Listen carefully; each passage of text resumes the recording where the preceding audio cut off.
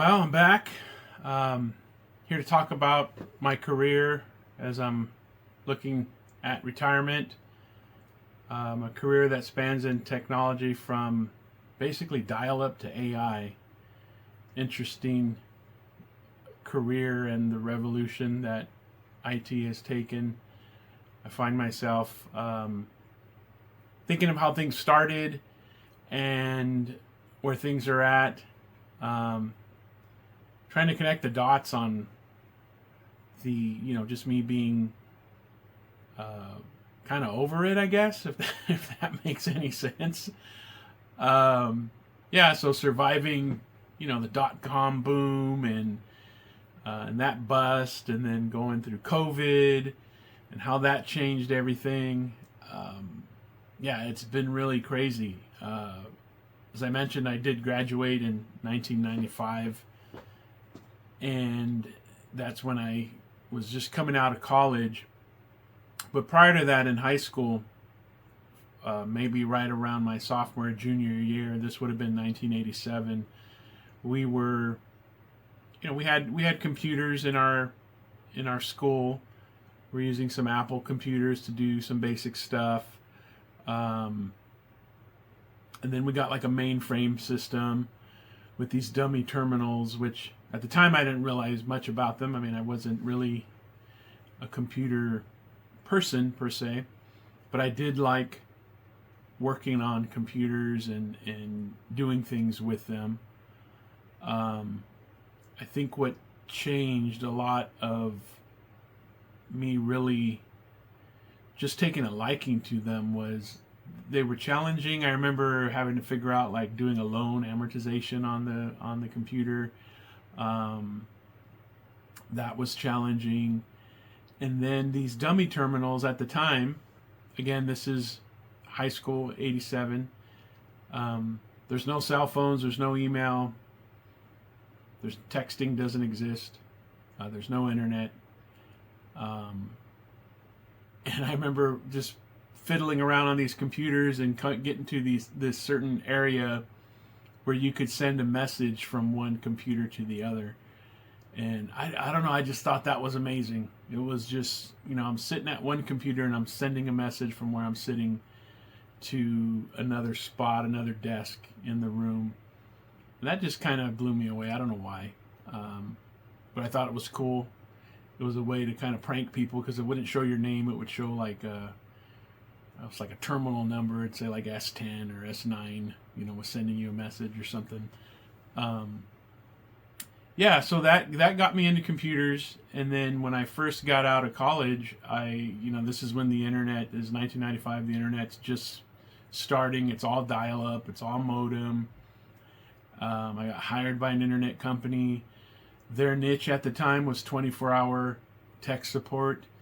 So after my initial sort of training and learning, I became the 11 p.m. to 7 a.m. Shift for a while. But during that time, I learned so much. There was a lot going on. Things were moving really fast. I enjoyed tech support. I enjoyed walking people through things. I enjoyed the challenge. And, an individual I think saw maybe some potential in me, started having me do some web development, some web things, some HTML coding it was called at the time. It was all done by hand and typing. So, started doing that. And jumped over to another internet company there. There was a couple of individuals that really just showed me a lot about, just learn, and I was at a stage in my life where I felt I was sort of like a sponge, the information comes and you're just picking it up really quick. And back then the internet was kind of like the Wild West. It was almost like no rules. Things were just, it was like no regulation almost, it felt like. You could register a domain and not pay for it. And you'd get a bill. I think they gave you like 3 months to pay for it before they took it away. You would just do things just to do things. I registered, I think, TacoBell.org. got a cease and desist from I forgot what the name of the company is. It's the company that owns KFC, Taco Bell, and Pizza Hut. I can't remember the name of the company. It's got Try in it. Anyways, they faxed over a cease and desist because I had registered tacobell.org. All because I just wanted the email address of burrito@tacobell.org, right? So that's how crazy things were. Doing tech support during that time was interesting, to say the least. You'd get weird questions that would come in. I'd gotten so good at walking someone through a setup from start to finish. I had one person think that I could see them somehow. That there's I'm seeing them somehow through the computer. That was interesting. And you would just run across some interesting people on the phone doing tech support. Crazy stories, crazy things. It was an interesting time, but I learned a lot of stuff, having gone through that .com kind of explosion. That in itself was interesting. I mean, it seemed like money was just being spent on so many things. I was lucky enough, I guess, because I was in the industry, my name must have been on some sort of list. They would hold some of these conferences once a year. I got to attend 2 of them, and everything's paid for. There was one in New Orleans. Got flown out to New Orleans spent a week there. Really enjoyed it. It was such an experience. Met some people. It was just a fun time. And I think the next year they had it at Laguna Niguel in California. And again, just an experience. Everything's paid for. And then subsequently, of course, that bubble burst, and things started to drop down to more realistic expectations and spending for the internet. But as I look at my time in this industry and trying to connect the dots on, maybe what kind of has weighed the most, I guess, in terms of just overall support. I think it might be COVID just going, COVID, it was such a change. It was such a stressor on IT.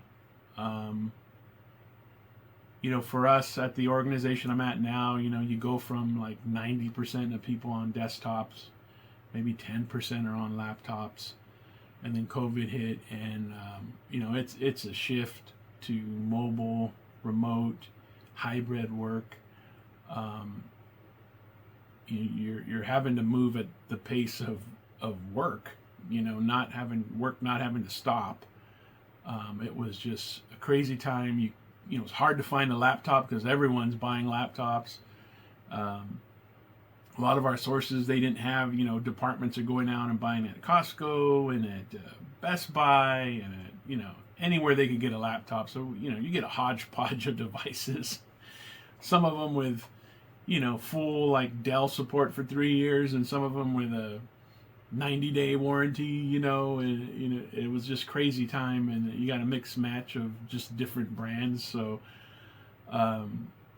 very challenging. It was fun to figure things out, but it also was difficult, just going through that time. And of course that really shifted the focus and work to hybrid remote support. And I think just that whole time, it was a stressful time, but a lot of things were learned. Learned a lot of things, I guess I should say. But as I look at that time frame from the beginning to the end, as I'm kind of at the tail end of my career, and now we're looking at AI and how that's cutting into different industries in terms of just AI being able to do things and to where you don't need people to some degree. And we're still living through AI to kind of see where that goes. So, it's been an interesting time to say the least. Kind of looking at some notes here. going from your dial-up internet and floppy disks to like, social media, AI, phones. IT has kind of taken on a. I remember when security was an app. You didn't even think about security. Things were so open back then that you could just get away with things, because if you were security minded a little bit back in the 90s, you could probably break into a lot of stuff, because vendors, they weren't locking down things. So you get a shift and you got layers and layers of security. If people are doing it right, you got so many things that are going on just on your computer, in an enterprise network. So yeah, there's a lot of overhead. There's a lot of, I guess, just a lot of change, and that's kind of where I've kind of hit the road, the end of the road, as I start to realize, like I mentioned in my last video, that when you live more than half of your life already, who knows, maybe it's 2/3 of my life already, you start to realize that you're closer to the end than you were when you started at the beginning, right? Like your timeline is on that other side of probably the halfway mark. So you're closer to the end than you are to the beginning. And that puts a lot of things in perspective. Puts things in perspective on what you're wanting and willing to do moving forward. What's ultimately making you happy. Sorry, I just dropped my mouse. What's ultimately going to make you happy, how you want to spend those, those quality years where you're, at some point you start to realize like your health is your currency to some degree. There's a lot of value in that and what you're able to do. I'm still able, luckily, to get around and move around and not have too many ailments. I just recently met up with an old college friend that me and a buddy of mine who were roommates, and he was another roommate. We got together just recently after 30 years of pretty much minimal to no contact. And one of the things we were talking about was just, health. How are you doing? And we were all, we're all kind of knocking on wood that we haven't had any issues. So, when you start thinking about that, that's, there's value in that. You want to take advantage of that, and that's definitely where I'm at. So if, definitely looking to not have the, when you're a supervisor or manager, especially in IT, you're almost like, you may be off, but you're kind of always hoping you don't get that phone call that, the network's down or some equipment's down, there's a power outage, because then you're going to go back and get things going. That's why they hire people like that, right? To hopefully have that mindset of that you're going to go and get things going, so that way when people show up on Monday morning, there's no downtime, or there's minimal downtime, or that you're on top of it. So that's, I'm looking forward to not having to think about that anymore, to not have to have that. I'm not saying the stress is like right there in front of you, but it's always lingering, that kind of mindset that, something could come up. But, I guess what's made everything rewarding, I guess, to this point is that, solving problems, still working on solutions, good teammates, great culture at work definitely goes a long way. I've been lucky to have that. I mean, I've had really good people and leadership, like direct managers that have, really made this career worthwhile, and, reasons why I'm reflecting on it now. So just kind of in closing, I'm kind of relying like the next the next reboot, the next refresh is me. You know, it's my life. That's the next reboot. That's the next project. That's the next refresh. And I feel like I'm in a good spot to do that.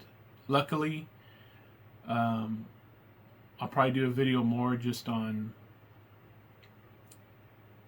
you know, maybe how we kind of, well, at least I grew up with not really thinking about retirement. You know, that was never anything really even mentioned in my household. You just worked hard and, you know, you spent your money. That's kind of how it was.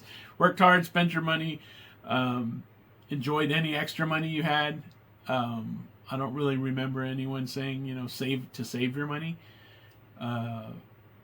So I've been lucky enough to at least put a little away, at least have a job that offers a pension.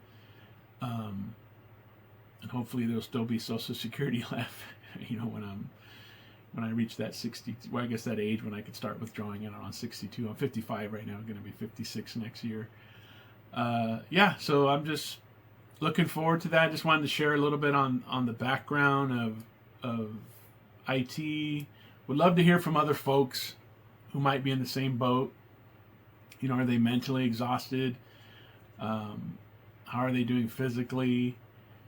Have they noticed anything that they could maybe point the finger that IT is, you know, I like I've mentioned before, you know, my hands ache. I think my eyes have really gone to crap, but I can't, you know, who knows if that's directly just from staring at computers and phones all day, or if that's just general age. Of course, sitting for long times, you know, has never been good on my back. But yeah, knock on wood, things are still, I'm able to get up and move and take care of things. And shoot, at 55, I still find myself crawling under a desk sometime to, you know, do some cable management or whatever. So it's a little harder for me to get up now, from that. So that's another reason why I'm ready to call it out. So, yeah, let me know your thoughts. Let me know whether it's just general retirement, whether you're planning, whether you're thinking about it. If you like this video, you know, definitely like and subscribe. Leave a comment. Would love to hear from you. And just wishing you well on your journey, and hoping if you're planning that next stage of life that you find that happiness. You know, you find that next thing. You find that next project.